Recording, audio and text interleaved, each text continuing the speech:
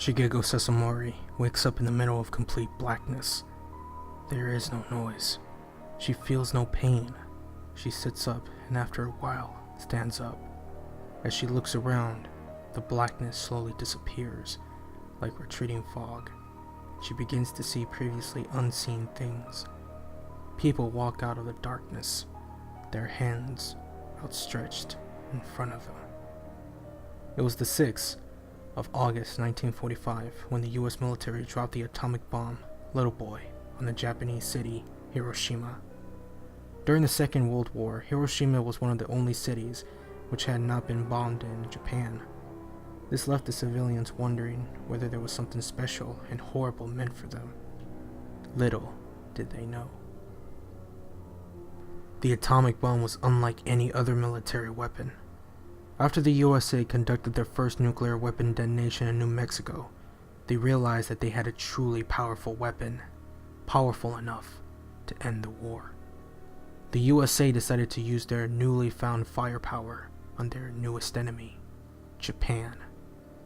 The citizens of Hiroshima did not panic when they saw the B-29 bomber flying overhead. They just dismissed it as another routine jet flight above the city. It was the World War II after all.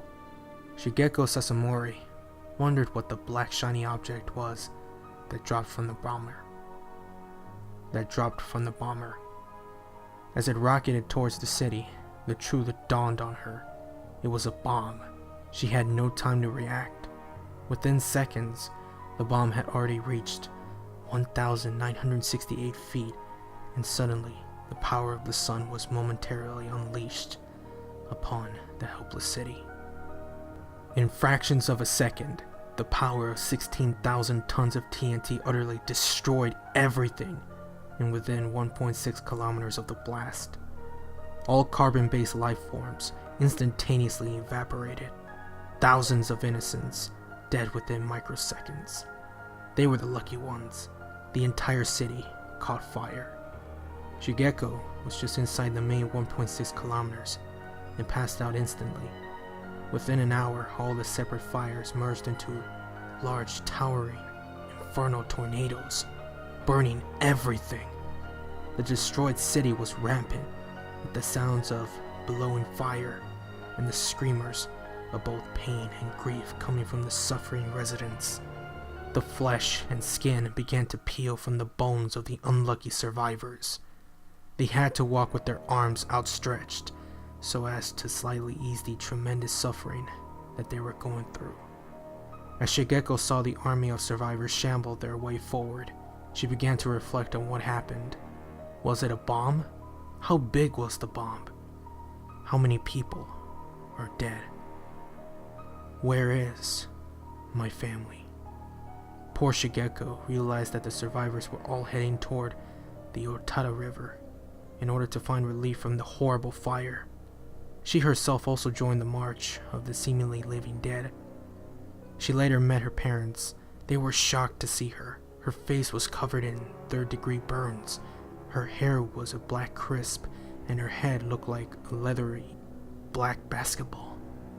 Her eyes could not be seen, yet she could still see. As the procession of the dead reached the river, near the epicenter of devastation, Shigeko saw the most frightening thing she had ever seen, and will ever see. The river was red. She couldn't make out whether that was because the river was reflecting the red and orange of the surrounding city, or whether the river was simply colored with the blood of the innocent. Hundreds of suffering people were floating in little wooden rafts along the river, all bloodied, all burnt, all mangled, beyond recognition. So many suffering people. Shigeko saw a woman who was trying to suckle an infant. The woman was red and burned just like everyone else. But the baby, Shigeko couldn't stand to look at it.